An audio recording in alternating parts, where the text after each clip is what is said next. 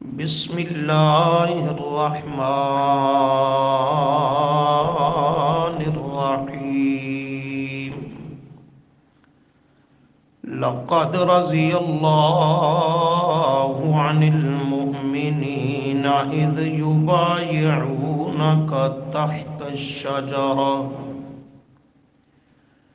يبايعونك تحت الشجرة فعلم ما في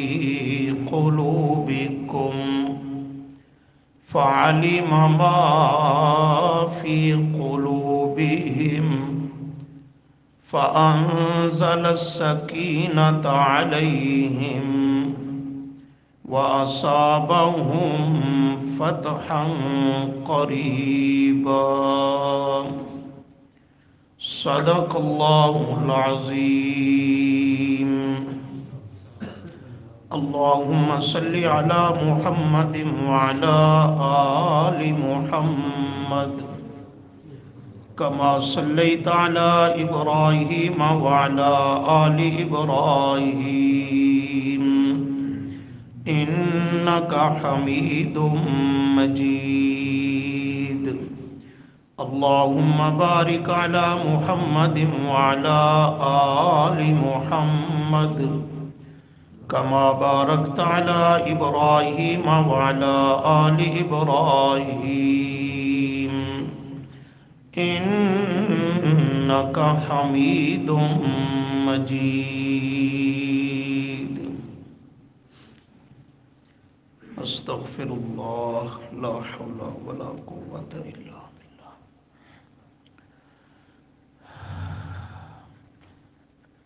گزشتہ سبق میں قرآن مقدس کی بعض آیات کی روشنی میں ایمان صحابہ کرام رضی اللہ عنہم پر بات کرتے ہوئے اہل بدر کے ایمان کا تذکرہ، احد والے مجاہدین صحابہ کرام رضی اللہ عنہم کے ایمان کا تذکرہ، اور غزوہ حنین، غزوہ احزاب جسے غزوہ خندق بھی کہا جاتا ہے، ان مجاہدین صحابہ کرام رضی اللہ عنہم کے ایمان کا تذکرہ کیا گیا کہ ان کے ایمان، اخلاص، تقوی، للہیت اور ایمان کامل کی گارنٹی اور شہادت، گواہی خود اللہ کا قرآن دیتا ہے۔ اب ایسے مقدس افراد، شخصیات اور ہستیوں کے ایمان میں شک و شبہ اختیار کرنا، ان کے مومن اور مخلص ہونے کا انکار کرنا، یہ قرآن کریم کی واضح آیات کا انکار ہے، اور قرآن کریم کی کسی بھی آیت کا انکار یہ کیا ہوتا ہے؟ کفر ہوتا ہے۔ یہ انسان کو دائرہ اسلام سے باہر کر دیتا ہے۔ قرآن کریم کی آیت کا انکار یہ صریح کفر ہے۔ چنانچہ اسی عنوان پر گفتگو کرتے ہوئے آج کے سبق میں اہل حدیبیہ، صلح حدیبیہ کے موقع پر 1400-1500 صحابہ کرام رضی اللہ عنہم کی یہ مقدس جماعت، ان کے ایمان، اخلاص اور ان پر اپنی رضامندی کا اعلان خود اللہ کا قرآن کرتا ہے۔ آپ کے سامنے جو آیت تلاوت کی گئی 26واں پارہ سورۃ الفتح کی آیت نمبر 18، اس میں انہی صحابہ کرام رضی اللہ عنہم کے ایمان اور اخلاص کا بیان ہے۔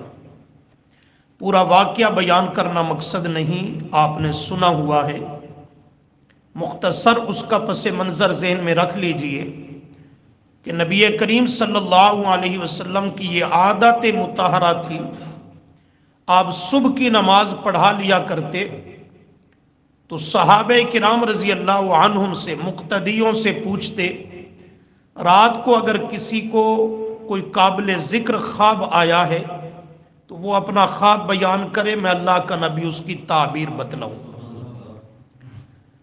اگر کسی صحابی کو کوئی ایسا خواب آتا تو وہ خواب بیان کر دیتا، آپ اس کی تعبیر ذکر کرتے۔ ہر خواب قابل تعبیر نہیں ہوتا، بعض خواب قابل تعبیر ہوتے ہیں۔ خواب 3 قسم کے ہیں، کتنی قسموں پر؟ اور ان کے اسباب اور وجوہ وہ کثیر ہیں کہ بندے کو خواب کیوں آتے ہیں، اس کے اسباب بہت ہیں، اس کی وجوہات کثیر ہیں۔ ان کی وجہ سے انسان کو خواب آتے ہیں۔ آدمی شام کا کھانا بہت پیٹ بھر کے کھائے تو تب بھی الٹے سیدھے خواب آتے ہیں۔ خون کی کمی ہو، انسان کے وجود میں کمزوری ہو، خون کی کمی ہو، تب بھی ڈراؤنے قسم کے خواب آتے ہیں۔ خون کی کمی ہو، ڈراؤنے قسم کے خواب آتے ہیں، تو اس کی کئی وجوہ ہیں۔ لیکن خواب جو عام طور پہ آتے ہیں ان کی قسمیں 3 ہیں۔ بعض خواب شیطانی ہوتے ہیں، شیطان کے وساوس اور اس کی شرارتوں کا نتیجہ، اور بعض خواب ہوتے ہیں نفسانی، انسان کے نفس اور خواہشات کے مطابق اور اس کی وجہ سے انسان کو خواب آتے ہیں، اور بعض خواب رحمانی ہوتے ہیں، رب کی طرف سے کوئی نہ کوئی بشارت، خوشخبری، تنبیہ، بعض اوقات تنبیہ بھی، اور بعض اوقات کوئی رہنمائی وغیرہ پر مبنی۔ تو خواب یہ 3 قسم کے ہیں، شیطانی، نفسانی اور رحمانی، اور خواب آنے کی وجوہ اور اسباب وہ کثیر ہیں۔ تو نبی کریم صلی اللہ علیہ وسلم کی یہ عادت مبارکہ تھی، آپ صحابہ سے پوچھتے۔ ایک دن جو آپ نے صبح کی نماز پڑھائی، صحابہ کرام رضی اللہ عنہم کی طرح متوجہ ہوئے تو آپ نے مسکراتے ہوئے فرمایا، پہلے تو تم سے پوچھتا تھا کوئی خواب آیا ہے بیان کرو، میں اس کی تعبیر بتلاؤں، آج مجھے رات کو خواب آیا ہے، میں تمہیں سناتا ہوں۔ سبحان اللہ۔ نبی کریم صلی اللہ علیہ وسلم نے خواب یہ سنایا کہ رات کو میں نے اپنے صحابہ کرام رضی اللہ عنہم کے ساتھ اپنے آپ کو عمرہ کرتے ہوئے دیکھا ہے، بیت اللہ کا طواف، صفا مروہ کی سعی، مقام ابراہیم پہ نوافل پڑھنا، یہ عمرہ کرتے ہوئے میں نے دیکھا۔ تو صحابہ کرام رضی اللہ عنہم کی خوشی کی کوئی انتہا نہ رہی، اس لیے کہ صحابہ یہ جانتے تھے، سمجھتے تھے کہ اللہ کے نبی کا خواب وہ قطعی، حتمی، یقینی اور وحی کا درجہ رکھتا ہے۔ صحیح بخاری میں حدیث ہے، رؤیا الانبیاء، جو نبیوں کے خواب ہوتے ہیں، وحی، وہ وحی ہوتے ہیں، انہیں دین کا مستقل ماخذ اور حجت تسلیم کیا جاتا ہے۔ تو صحابہ سمجھ گئے اللہ کے محبوب صلی اللہ علیہ وسلم کو جو خواب آیا ہے تو یہ حقیقت پہ مبنی ہے، یہ امتیوں کے خوابوں کی طرح آپ کا خواب نہیں ہے۔ لیکن یہ مسئلہ بھی ذہن میں رکھیں، آج کل چونکہ خوابوں کا دورہ ہے، خواب صرف اللہ کے نبی کا حجت ہوتا ہے، دین کا مسئلہ اس سے لیا جا سکتا ہے، دین میں اس کی قطعیت وہ واضح ہے۔ اللہ کے نبی کے علاوہ کسی بڑے سے بڑے بزرگ کو بھی خواب آئے، اس کی دین میں کوئی حیثیت اور اس کی کوئی حجت نہیں ہے۔ خاص سیدنا صدیق اکبر رضی اللہ تعالیٰ عنہ کو خواب آئے کہ بعد الانبیاء جو سب سے بڑے بزرگ ہیں، نبیوں کے بعد تمام امتوں میں، پوری انسانیت میں بعد الانبیاء افضل الناس وہ سیدنا صدیق اکبر ہیں، کہو رضی اللہ تعالیٰ عنہ۔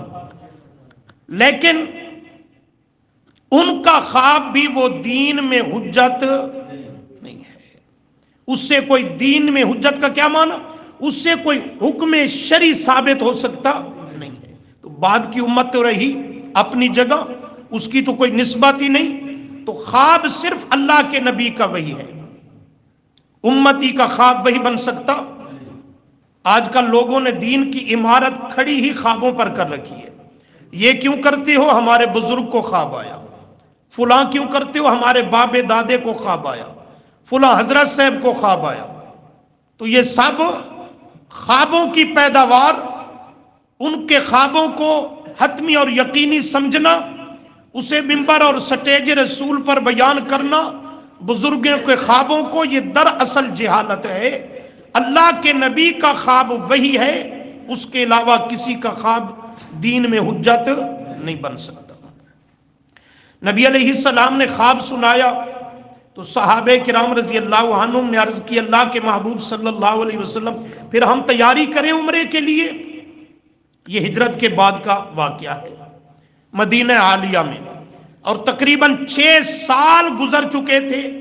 صحابہ کرام رضی اللہ عنہم جو بالخصوص مہاجرین ہیں، مکہ معظمہ کو چھوڑے ہوئے، بیت اللہ کی جدائی کو، یہ جنہوں نے زیارت کی ہے اللہ ہم سب کو بار بار نصیب فرمائے، تو وہ اس بات کا احساس کر سکتے ہیں، اس بات کو آسانی سے سمجھ سکتے ہیں کہ بیت اللہ کی جدائی کوئی معمولی نہیں ہے، معمولی بات نہیں ہے.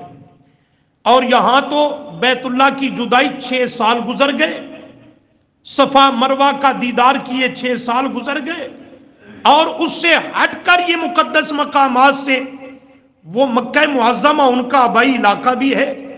مہاجرین صحابہ کرام رضی اللہ عنہم وہ تو خوشی سے جھوم اٹھے کہ اللہ کے نبی کا خواب ہے، یقینی ہو کر ظاہر ہوگا تو ہم جائیں گے، اللہ کے گھر کا دیدار، طواف کریں گے، صفا مروہ کی سعی کریں گے، وہاں جا کر اللہ کے حضور عبادت کریں گے اور اپنے آبائی علاقے کو دیکھ کر آئیں گے.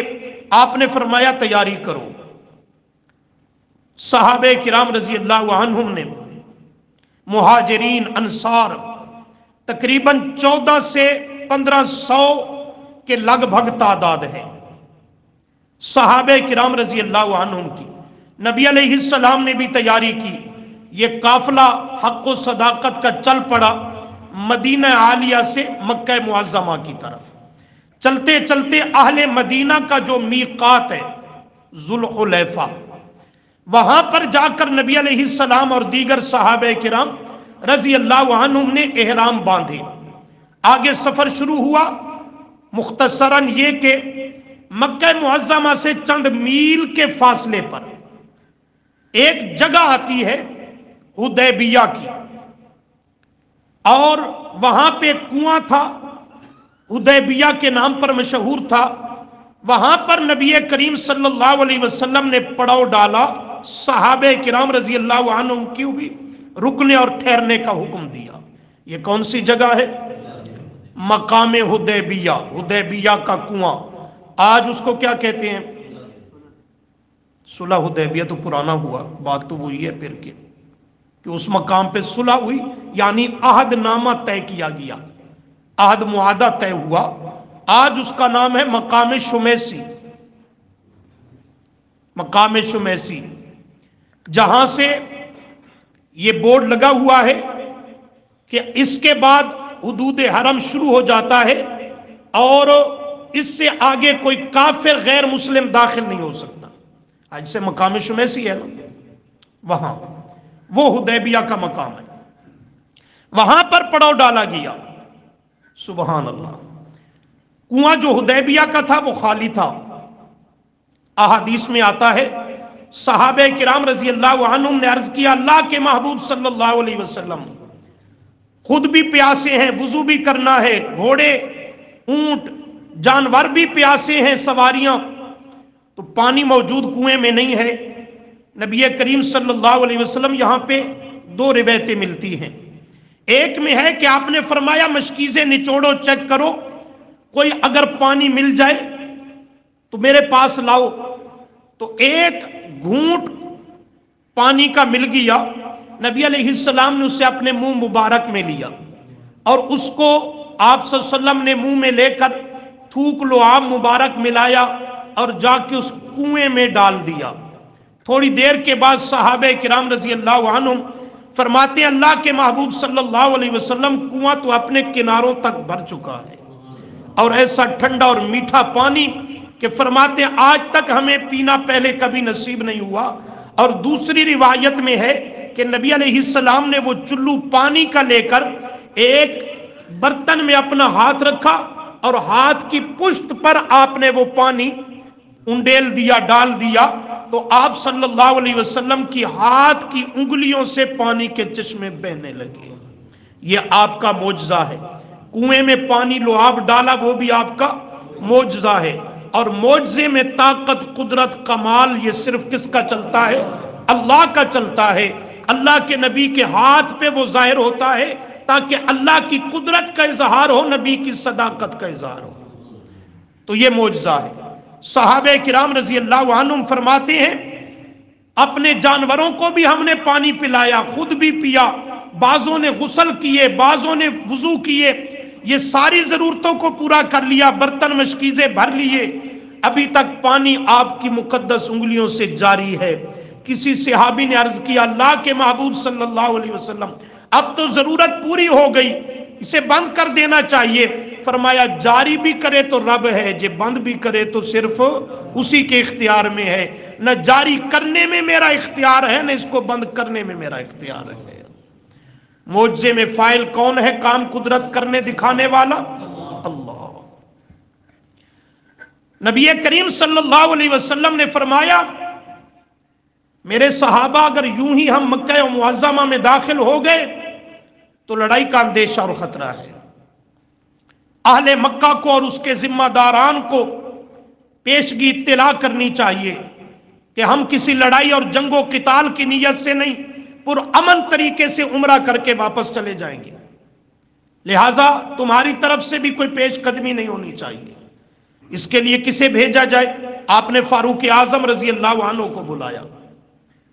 حضرت عمر رضی اللہ تعالیٰ عنہ حاضر ہوئے، فرمایا جاؤ مکہ کے لوگوں سے بات چیت کرو، پرامن طریقے سے ہم عمرہ کرنے آئے ہیں۔ اللہ کے محبوب صلی اللہ علیہ وسلم آپ کا حکم، خطاب کا بیٹا حاضر ہے جانے کو، اگر اجازت ہو تو ایک رائے اور مشورہ دینا چاہتا ہے۔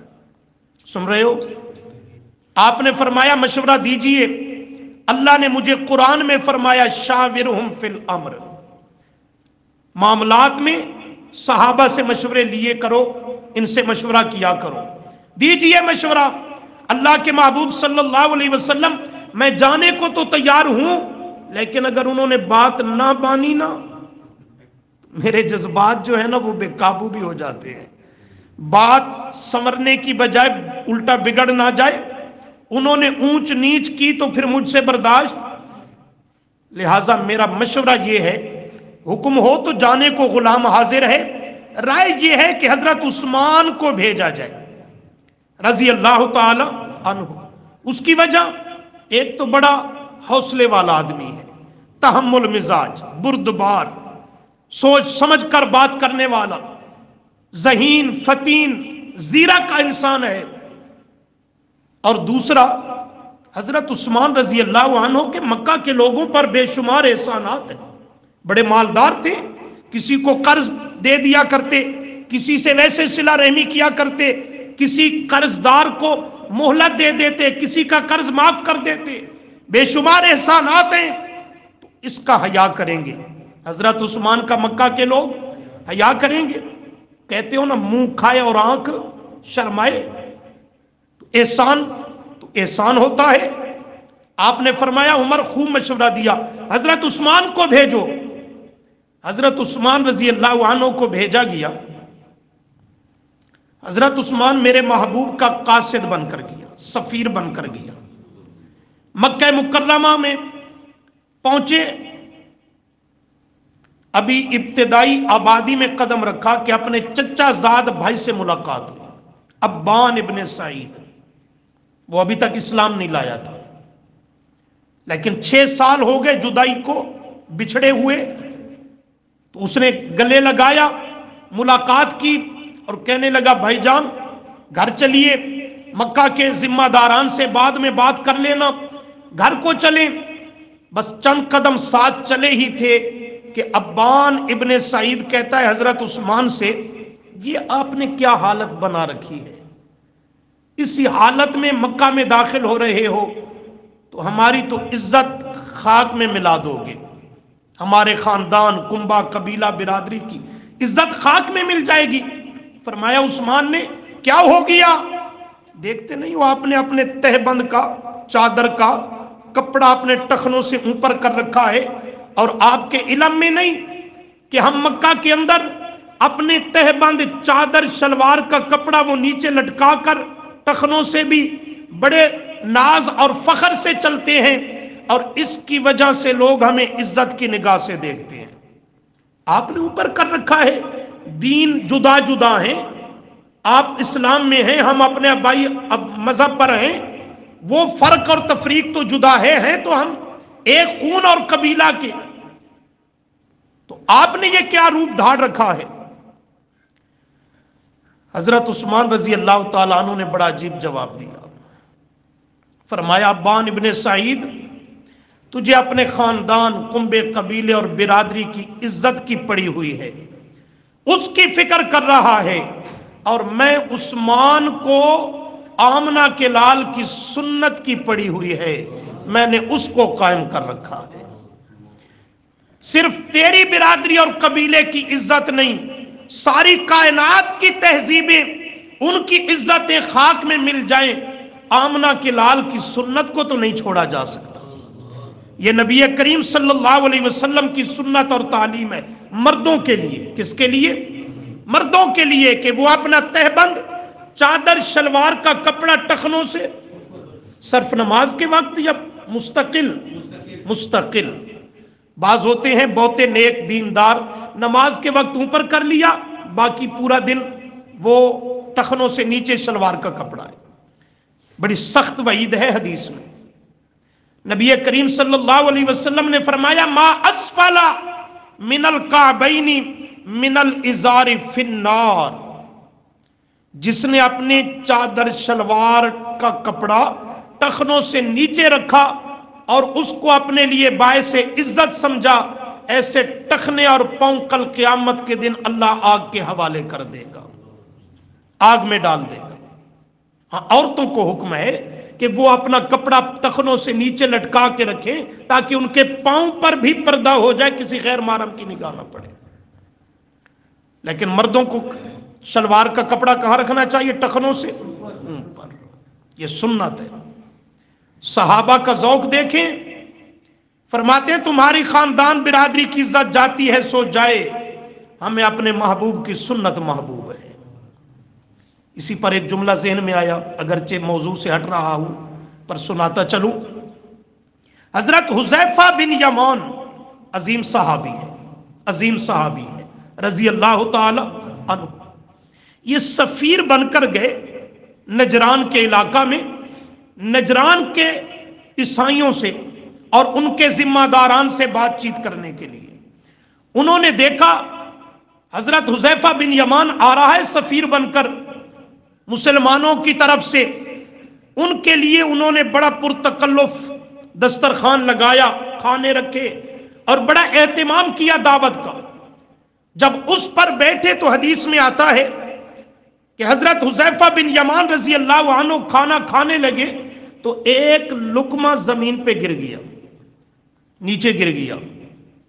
حضرت حذیفہ نے اس لقمے کو اٹھایا، اس کو مٹی اس سے جھاڑی، صاف کیا، اس کو کھانے لگے تھے کہ ساتھ وہ جو رفیق سفر ہے وہ یوں اشارہ کرتا ہے، حضرت کیا کرنے لگے ہو؟ یہ عیسائی لوگ بڑے بڑے وزراء، امراء، رؤساء، بڑے بڑے ان کے شرفاء یہ بیٹھے ہیں، گرا ہوا کھانا اٹھا کر آپ کو صاف کر کے کھاتا ہوا دیکھیں گے تو کیا سوچیں گے؟ کیا تبصرہ ہوگا؟ ان کے ذہنوں میں ہماری کیا حیثیت اور وقت رہ جائے گی؟ یہی نہ کہ کہیں گے مسلمانوں کو کھانے پینے کے لیے کچھ نہیں ملتا، تب تو گرے ہوئے لقمے بھی اٹھا اٹھا کر کھاتے ہیں، چھوڑ دو اور کھانا پڑا ہے وہ کھا لو۔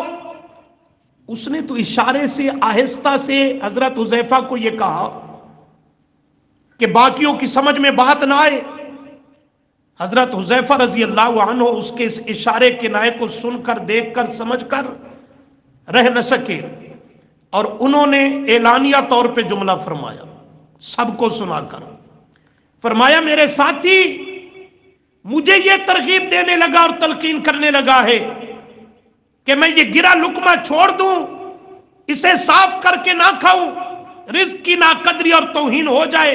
سن یہ عیسائی کیا کہیں گے ہمارے متعلق، کیا نہیں کہیں گے، اَأَتْرُكُ سُنَّةَ حَبِيبِي لِهَٰؤُلَاءِ الْحُمَقَاءِ، اَأَتْرُكُ سُنَّةَ حَبِيبِي، کیا ترک کر دوں، چھوڑ دوں میں اپنے محبوب کی سنت، پیارے نبی کی سنت، لِهَٰؤُلَاءِ الْحُمَقَاءِ، ان عیسائیوں کی طرف، ان کے پادریوں کی طرف، وزیروں مشیروں کی طرف اشارہ کر کے کہتا ہے ان احمقوں کی، بے وقوفوں کی وجہ سے۔ سن رہے ہو نہیں سن رہے؟ لِهَٰؤُلَاءِ الْحُمَقَاءِ، ان احمقوں بے وقوفوں کی وجہ سے، اَأَتْرُكُ سُنَّةَ حَبِيبِي، میں اپنے محبوب کی سنت کو چھوڑ دوں، یہ جو کہتے رہیں گے سو کہتے رہیں گے، لیکن میں اپنے محبوب کی سنت کو چھوڑنے کے لیے تیار۔ میرے نبی کی سنت ہے کہ کھانا گر گیا کوئی لقمہ وغیرہ چیز، اگر وہ اس حالت میں ہے کہ اسے صاف کر کے کھایا جا سکتا ہے، ایک تو ہے ایسی جگہ پہ گر گیا کہ اب نہ صاف ہو سکتا ہے نہ کھانے کے قابل رہا، وہ تو ضائع ہو گیا، لیکن ایسی حالت میں ہے گرا ہوا وہ کھانے کا لقمہ وغیرہ کہ جو اٹھا کر صاف کر کے کھانے کے قابل ہے، کھایا جا سکتا ہے، تو اسے ضائع کر دینا، چھوڑ دینا، یہ رزق کی توہین ہے، اسے صاف کر کے کھا لینا میرے نبی کی سنت ہے، اسے میں چھوڑنے کو تیار نہیں ہوں۔ حضرت عثمان بھی یہی کہتے۔ خیر مکہ معظمہ میں تشریف لے گئے، ان کے ذمہ دار لوگوں سے مذاکرات کیے، انہوں نے ایک ہی بات کہی، عثمان تیرے ہم پہ بہت احسان ہے، تیرا آنا مبارک ہے، ہمارے لیے خوشی کا سما ہے، لیکن تو ایک نہیں 10 عمرے کر، بے شک کر، تیرے لیے کوئی رکاوٹ نہیں، راستہ کھلا ہے، لیکن تیرے نبی اور باقی ساتھیوں کو ہم اجازت نہیں دے سکتے۔ حضرت عثمان نے بھی عجیب جواب دیا، سیرت کی کتابوں نے نقل کیا، حضرت عثمان رضی اللہ تعالیٰ عنہ کو جب اصرار کرنے لگے نا کہ تجھے رکاوٹ نہیں، جا جا کر کی عبادت کر اپنے دین اسلام کے مطابق، عمرہ کر، طواف کر، جو کرنا چاہتا ہے سو کر، فرمایا جس عمرہ میں عبادت میں اللہ کا نبی ساتھ نہ ہو، عثمان ایسی عبادت ہی نہیں کرنا چاہتا۔ آپ نے جملے کی تہ تک کو نہیں سمجھا، اس عبادت کو عثمان کرنا بھی نہیں چاہتا جس کے لیے تم میرے نبی اور محبوب پیغمبر کو اجازت نہ دو، میرا نبی ساتھ نہ ہو، قربان کر دیا۔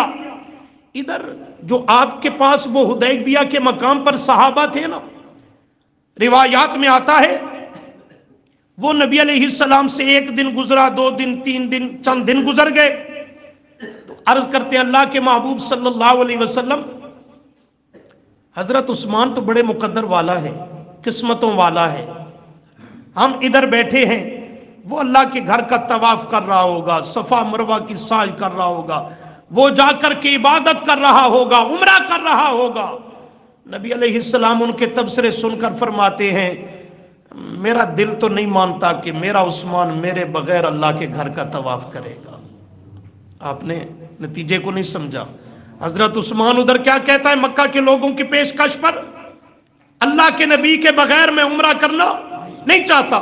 میرا نبی ادھر صحابہ کی بات سن کر کیا فرماتا ہے، میرا دل تو نہیں مانتا کہ میرا عثمان میرے بغیر عمرہ کرے گا۔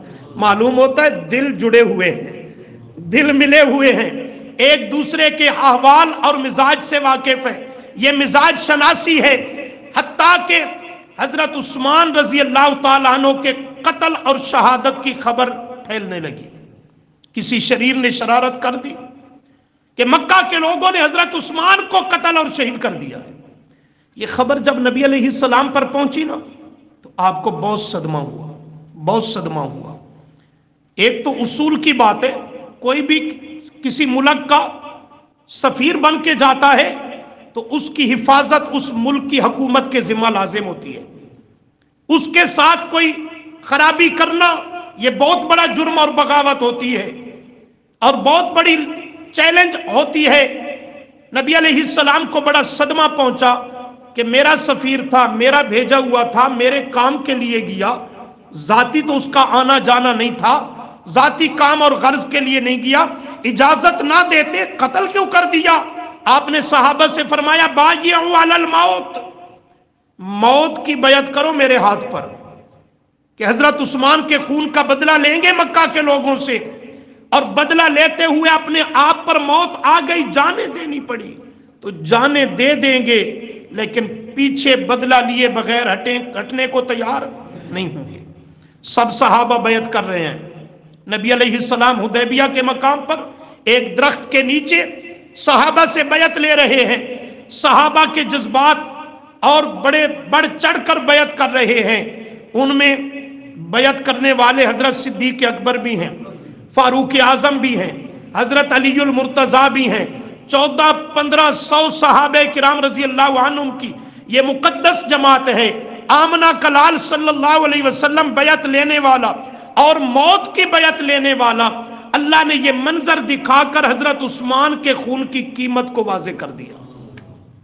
کیسے کہ حضرت عثمان کا خون اتنا قیمتی ہے، اس کی خاطر اللہ کے نبی کا خون بھی بہایا جا سکتا ہے، حضرت صدیق اکبر کا، حضرت فاروق اعظم کا، حضرت علی المرتضیٰ کا، 1500-1400 صحابہ اپنی جانیں قربان کر سکتے ہیں ایک عثمان کے خون کا بدلہ لینے کے لیے۔ تو حضرت عثمان کی قیمت واضح ہو گئی، اس کے خون کی عظمت واضح کر دی گئی۔ ابھی بیعت اختتام کو پہنچنے لگی کہ حضرت عثمان رضی اللہ تعالی عنہ چند دن مذاکرات کرنے کے بعد جب سمجھے کہ بات نہیں بن رہی تو حضرت عثمان واپس لوٹے، ان سے مایوس ہو کر واپس لوٹے۔ نبی کریم صلی اللہ علیہ وسلم نے یوں سامنے سے دیکھا حضرت عثمان آ رہا ہے تو آپ کو بڑا تعجب ہوا، ادھر شہادت کی خبر تھی، بدلہ لینے کے لیے بیعت ہو رہی ہے، ادھر وہ آ رہا ہے حضرت عثمان جس کی خاطر یہ سب کچھ ہو رہا ہے۔ تو آپ نے فرمایا انتا عثمان، جی جی میں عثمان ہوں۔ اللہ کے محبوب نے جملہ دہرایا، کون عثمان؟ کون سا عثمان؟ اللہ کے محبوب انا عثمان ابن عفان، عفان کا بیٹا عثمان ہی تو ہوں۔ فرمایا ہم نے تو تمہاری شہادت کی خبر سنی تھی نہ اللہ کے محبوب صلی اللہ علیہ وسلم، اگرچہ بات بن نہیں سکی پر انہوں نے تو مجھے کچھ نہیں کہا، میں تو زندہ سلامت موجود ہوں۔ آپ صلی اللہ علیہ وسلم یوں بیعت لے رہے تھے تو آپ نے یہ دوسرا ہاتھ اپنا اٹھایا، اپنی ہاتھ اٹھایا، اپنے ہاتھ پہ رکھتے ہوئے فرمایا یہ نیچے والا ہاتھ میں اللہ کے نبی کا ہے، یہ اوپر والا ہاتھ عثمان کا سمجھو، اور یہ عثمان بھی ہماری اس بیعت میں شامل ہو گیا ہے۔ جملہ سمجھا ہے؟ اپنے ہاتھ کو کس کا ہاتھ قرار دیا؟ یہ کوئی معمولی اعزاز ہے؟ یہ کوئی معمولی شان ہے؟ اپنے ہاتھ کو عثمان کا ہاتھ قرار دیا۔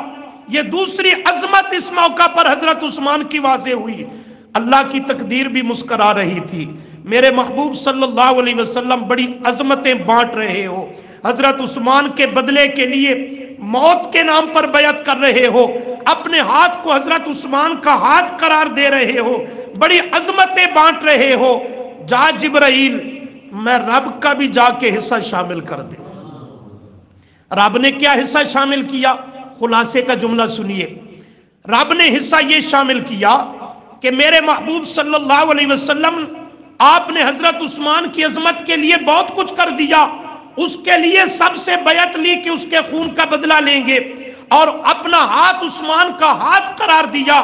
میں رب یہ حصہ ڈالنا چاہتا ہوں کہ جن جن صحابہ 1500-1400 صحابہ نے حضرت عثمان کی دھڑ کی، دھڑ لفظ سمجھ آ رہا ہے، سائیڈ کی، حمایت کی، ان کے خون کا بدلہ لینے کے لیے آپ کے ہاتھ پر انہوں نے موت کے عنوان پر بیعت کی، میں اللہ عثمان کی وجہ سے عثمان پر بھی اور ان سب پر اپنی رضا کا اعلان کرتا ہوں، سب پر اپنی رضا کا اعلان کرتا ہوں۔ تو یہ ہیں وہ مقدس ہستیاں جنہیں اہل حدیبیہ کہا جاتا ہے، سبق کا عنوان ہے نا ذہن میں، ان کے ایمان کا اور اخلاص کا یہاں تذکرہ آ رہا ہے۔ دیکھیے بات لمبی ہو گئی۔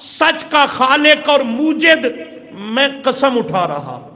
تو من اصدق من اللہ قیلا، اللہ سے سچی بات تو کسی کی ہو سکتی ہی نہیں، میں اللہ قسم اٹھا رہا ہوں، لہٰذا ان منکروں کے انکار اور شک کی اور دشمنی کی کوئی حیثیت نہیں۔ دوسری بات، اسی بات کو دوسرے انداز میں، جب بھی کوئی دین یا دنیا کی عدالت میں مقدمہ آتا ہے تو اس کے دو پہلو ہوتے ہیں، ایک اس پر مدعی ہوتا ہے اور دوسرا کدے نے واسطہ پہ اللہ بچا کے رکھے، اس پہ کہو آمین، نہیں واسطہ پڑا تو اللہ بچا کے رکھے۔ ایک معاملہ میں، کیس میں، مقدمہ میں ایک مدعی ہوتا ہے دعویٰ کرنے والا، دوسرا اس میں کون ہوتا ہے؟ مدعا علیہ، جس پر دعویٰ کیا گیا۔ ایک چیز ہے، اس کا کیس ہے، اس میں ایک مدعی ہے اور دوسرا مدعا علیہ۔ مدعی کے ذمہ کیا ہوتا ہے؟ اپنے دعویٰ کو ثابت کرنے کے لیے ثبوت پیش کرنا، گواہ پیش کرنا، دعوے پر دلیلیں پیش کرنا، اور مدعا علیہ کے ذمہ کیا ہوتا ہے؟ قسم اٹھانا۔ مدعا علیہ کے ذمہ کیا ہوتا ہے؟ یہ دنیا کی عدالتوں کا بھی یہی قانون ہے کہ اگر وہ گواہ نہیں پیش کر سکا، دعوے کو ثابت نہیں کر سکا، تو مدعا علیہ جو ہے وہ اسے بری ہونے کی کیا کرے گا؟ اس پر قسم دے گا، صفائی دے گا، قسم اٹھائے گا۔ آج کل تو طلاقیں اٹھواتے ہیں، یہ سب اسی کا عنوان ہے۔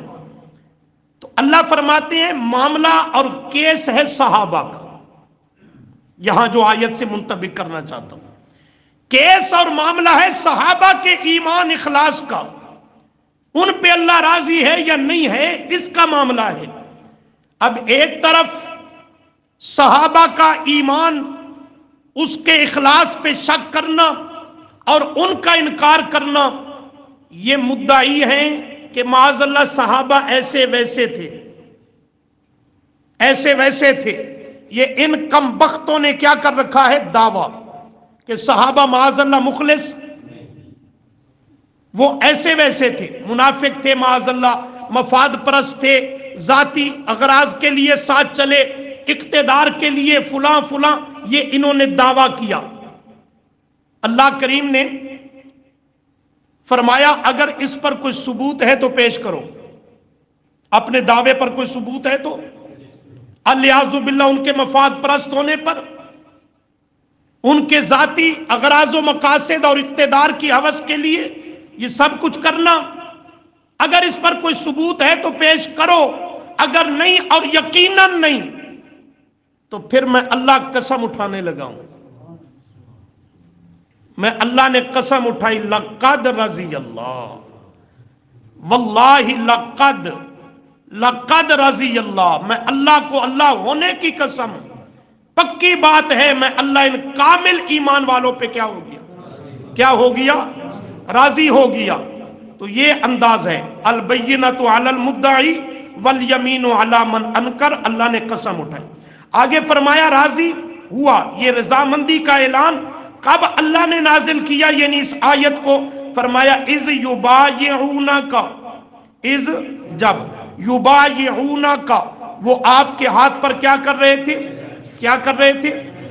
تھوڑا سا پیچھے دیکھیں، یہاں سبق پہ نشانی رہے، بس ادھر ہی قریب ایک ورق پیچھے الٹیں، صرف صفحہ 816، 816 آگے جی، آیت نمبر 10، صفحے کے شروع سے چوتھی سطر، ان الذین، مل گیا جی، بے شک وہ لوگ، یبایعونک، کرو مانا، جو آپ کے ہاتھ پر بیعت کر رہے تھے، بظاہر تو میرے پیغمبر سمجھنا آپ کے ہاتھ پر بیعت کر رہے تھے، لیکن در حقیقت انما یبایعون اللہ، در حقیقت وہ اللہ کے ساتھ یہ بیعت کر رہے تھے۔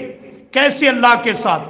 فرمایا میرے پیغمبر، نیچے ہاتھ بیعت لینے والا آپ کا تھا، اوپر ہاتھ صحابی کا، اوپر ہاتھ جو صحابی آ کر بیعت کرنے لگا، اوپر ہاتھ صحابی کا، صحابی کے ہاتھ کے اوپر ید اللہ فوق ایدیہم، ید اللہ، ید کا معنی ہاتھ، ہاتھ اللہ کا فوق اوپر ہے، ایدیہم ان کے ہاتھوں پر، نیچے ہاتھ پیغمبر کا، اوپر ہاتھ صحابی کا اور اوپر ہاتھ خود اللہ کا.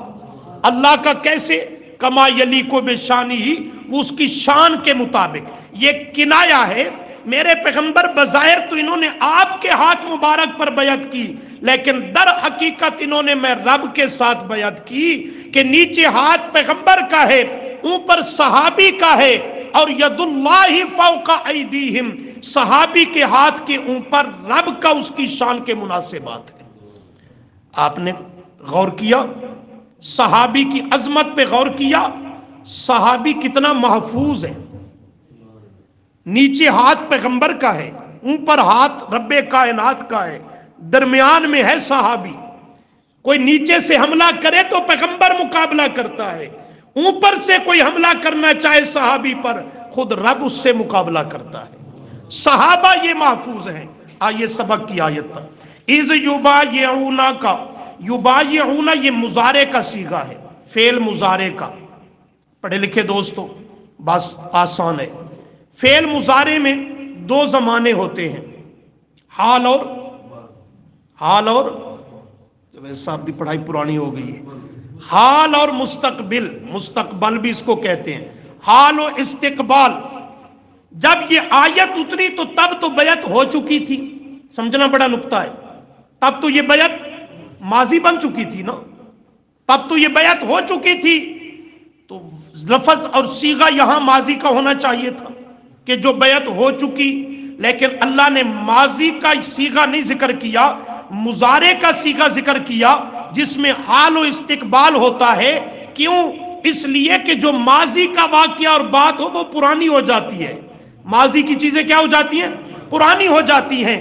اللہ کو یہ منظر حدیبیہ کا مقام، اس درخت کے نیچے صحابہ کا پیغمبر کی ہاتھ پہ بیعت کرنا، یہ منظر اتنا رب کو پسند آیا کہ اللہ نے مضارع کا صیغہ ذکر کیا کہ یہ واقعہ اتنا خوبصورت اور منظر اتنا پیارا ہے، یہ ماضی بننے کے قابل ہی نہیں. یہ قیامت تک مضارع کا صیغہ پڑھایا جائے گا اور یہ واقعہ ہمیشہ اپنی شان میں تازہ رہے گا. حال و استقبال پہ دلالت کرے گا تو تازہ رہے گا. ماضی بننے کے قابل ہی نہیں، اس لیے لفظ ماضی کا نہیں ذکر کیا. اذ یبایعونک تحت الشجرہ، درخت کے نیچے، اور آگے صحابہ کے دلوں کی صفائی دی. فعلم، بس اللہ خوب جانتا ہے. سوال پیدا ہوتا تھا یا اللہ تو نے قسمیں اٹھائیں صحابہ کی شان میں، اپنی رضامندی کا اعلان کیا، ان کے کامل ایمان کا اعلان کیا. یا اللہ کیا پتا دلوں سے یہ ایمان لائے بھی ہیں یا نہیں، دلوں کی دنیا ان کی اخلاص سے آباد ہے بھی صحیح یا نہیں. اللہ فرماتے ہیں یہ اس ذات نے انہیں شان اور عظمتوں سے نوازا جو ذات فعالم ما فی قلوبہم، خوب ان کے دلوں کو جاننے والا ہے. اس نے ان کے دلوں کا جھانکا، دیکھا، جائزہ لیا، اور اللہ کریم نے ان انعامات کے اصل اہل اور مستحق صحابہ کرام رضی اللہ عنہم کو پایا، تو تب اللہ نے انہیں ان نعمتوں سے نوازا. لقد رضی اللہ، لقد رضی اللہ. اللہ کیا ہو گیا؟ 3-4 منٹ لوں گا. اللہ کیا ہو گیا؟ آیت پوری ہو جائے. راضی ہو گیا. اللہ کفر پہ راضی ہوتا ہے؟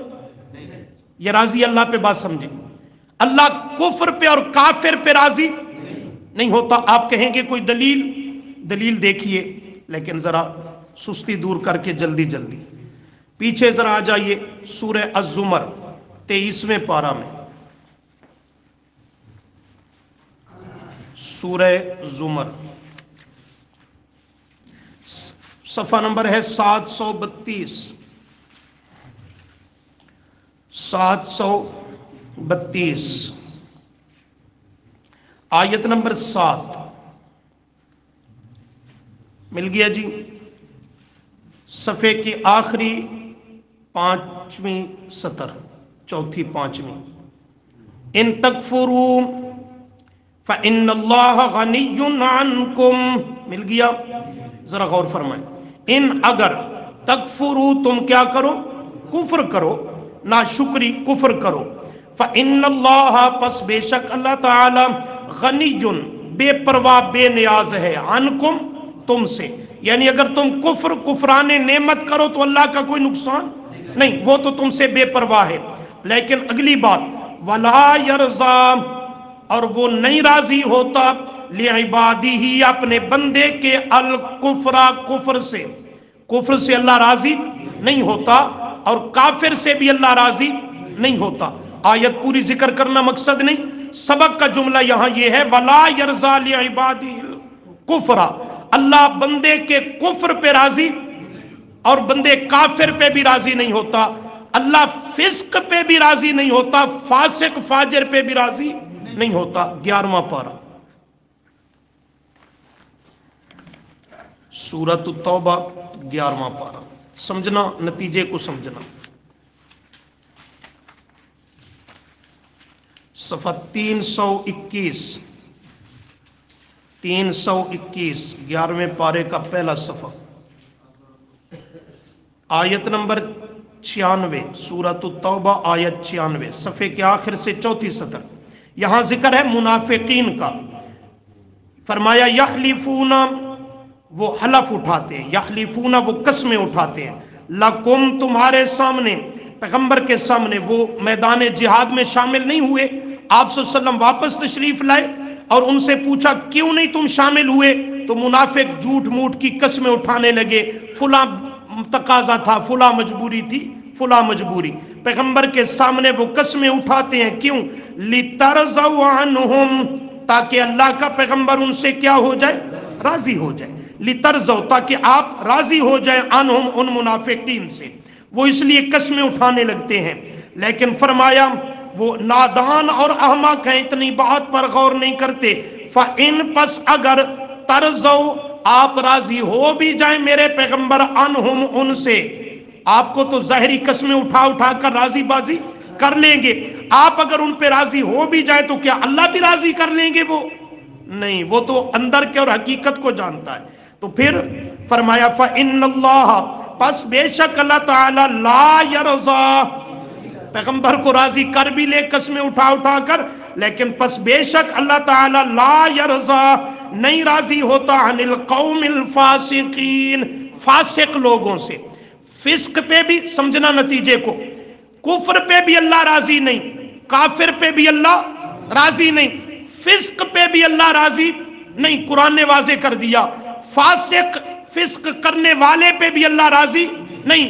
وہاں صحابہ کے لیے فرمایا راضی اللہ، وہ سبق کی آیت، صحابہ کے لیے کیا فرمایا؟ راضی اللہ۔ صفائی دے دی اللہ نے، صحابہ معاذ اللہ نہ کافر تھے نہ فاسق تھے، نہ کافر تھے نہ فاسق تھے، تب تو اللہ نے اعلان کیا راضی اللہ، اللہ کیا ہو گیا؟ راضی ہو گیا۔ یہ راضی اللہ کا لفظ بتلا رہا ہے پیغمبر کا ہر صحابی کفر سے بھی پاک ہے، فسق سے بھی پاک ہے، فسق سے بھی پاک ہے۔ اور اس پر آپ کہیں گے محض لفاظی ہے، خطیبانہ جملہ ہے، آپ کو قرآن دکھاتا ہوں۔ آ جائیے 26واں پارہ سورۃ الحجرات، اس بات کی قرآن گواہی دیتا ہے۔ سورۃ الحجرات،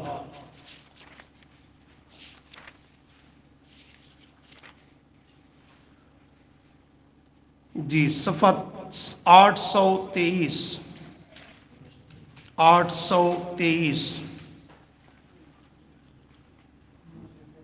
823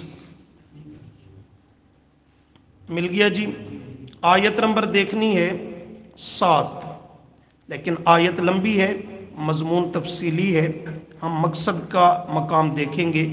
آپ صفحے کے شروع سے تیسری سطر کا آخری لفظ دیکھیں، وَلَكِنَّ اللَّهَ حَبَّبَ إِلَيْكُمُ الْإِيمَانَ، مل گیا جی۔ وَلَكِنْ، اور لیکن، اللہ کریم نے، حبب، کرو مانا، پسند کر لیا، محبوب بنا لیا، الیکم، تمہارا، الایمان، الایمان، کامل ایمان، الایمان، کامل ایمان، اللہ نے تمہارا پسند کر لیا تمہاری طرف، وزینہ، اور اس کو اللہ نے مزین کر دیا، خوبصورت بنا دیا، کس کو؟ ایمان کو، فی قلوبکم، تمہارے، آپ نے اس جملے پہ غور کیا، صحابہ رضی اللہ عنہم کو اللہ فرماتے ہیں ایمان کو اللہ نے خوبصورت بنا دیا تمہارے دلوں میں، فی قلوبکم، ایمان نور ہے، کسی کے سینے میں جائے تو ایمان اس کے سینے کو منور کرتا ہے، معطر کرتا ہے، خوبصورت کر دیتا ہے، ایمان کی وجہ سے سینہ منور ہوتا ہے۔ لیکن اللہ فرماتے ہیں صحابہ کے سینے اتنے پاک تھے، اتنے مقدس تھے کہ جب ایمان باوجود کہ نور ہے صحابہ کے دلوں اور سینوں میں آیا تو صحابہ کے سینوں میں آنے سے ایمان اور خوبصورت اور مزین ہو گیا۔ فرق سمجھا؟ ایمان اور خوبصورت اور مزین ہوا، وَزَيَّنَهُ، اور مزین کر دیا، خوبصورت بنا دیا اس ایمان کو اللہ نے، فی قلوبکم، تمہارے دلوں میں، وَقَرَّهَا، یہ سبق کا جملہ، وَقَرَّهَا، اور دور کر دیا، اللہ نے دور کر دیا دھکے دے دے کر، الیکم، تم سے، الکفر، صحابہ سے کفر کو کیا کر دیا؟ دور کر دیا، والفسوق، اور فسق کو بھی کیا کر دیا؟ دور کر دیا، والعصیان، نافرمانی، بغاوت، معصیت کو بھی دور کر دیا۔ اللہ فرماتے ہیں اولئک ھم الراشدون۔ یہاں ذرا غور کریں، 5 باتیں آ رہی ہیں، کتنی؟ نمبر 1، حبب الیکم الایمان، ایمان اللہ کے ہاں صحابہ کا محبوب۔ نمبر 2، زینہ فی قلوبکم، صحابہ کے دلوں میں ایمان مزین ہو گیا۔ نمبر 3، صحابہ سے کفر کو دور کیا۔ نمبر 4، فسق کو دور کیا۔ نمبر 5، معصیت کو دور کیا۔ ذرا غور کر کے بتائیے گا یہ 5 صفتیں سب صحابہ کو حاصل ہیں یا بعض کو؟ سب صحابہ کا ایمان اللہ کے ہاں محبوب، سب کا ایمان اللہ کے ہاں مزین، سب سے کفر کو کر دیا دور، سب سے فسق اور معصیت کو کر دیا دور۔ تو انہی کے متعلق فرمایا اولئک، یہی ہیں 5 صفتوں والے صحابہ، ہم الراشدون، یہی ہیں راشد، یہی ہیں راشد۔ لیکن یہ ملنگ کیا کہتا ہے کہ باقی صفات تو ٹھیک لیکن سب صحابہ راشد نہیں، راشد ہیں تو وہ 4، خلافت راشدہ حق 4 یاد رکھیں، پیارے پیغمبر صلی اللہ علیہ وسلم کے سب صحابہ راشد ہیں، ہر ایک صحابی راشد ہے۔ یہ آیت اولئک ھم الراشدون، اور ابو داود کی حدیث علیکم بسنتی و سنت الخلفاء الراشدین الراشدین المہدیین، وہ حدیث میں بھی آ گیا میرے پیغمبر کے تمام صحابہ راشد ہیں، ان میں سے جس کو خلافت ملے وہ خلیفہ راشد ہے، خلافت نہ ملے تب بھی راشد ہے، تب بھی راشد ہے۔ خلافت ملے تو وہ خلیفہ راشد ہے۔ خلافت ملی حضرت صدیق اکبر کو، خلافت بلا فصل فاروق اعظم کو، عثمان غنی کو، علی حیدر کرار کو، حضرت حسن کو، حضرت معاویہ کو، یہ صحابہ میں 6 خلفاء، اور ان 6 کو خلافت ملی۔ رشد پیغمبر کی زبان سے، قرآن کی زبان سے واضح ہے، خلافت پوری امت ان کی مانتی ہے۔ تو یہ 4 خلفاء راشدین ہیں، ان میں سے ہر ایک کی خلافت وہ خلافت راشدہ ہے۔ اس لیے 4 شار کی بات باقی مسلم میں حدیث ہے، نبی علیہ السلام نے فرمایا میرے بعد خلفاء آئیں گے 12 خلیفتن، 12 خلیفتن، 12 خلیفے آئیں گے۔ کتنے آئیں گے؟ ان کا بائی نیم ذکر ہوا نا تو پھر یہ بہت کام مہنگا پڑے گا۔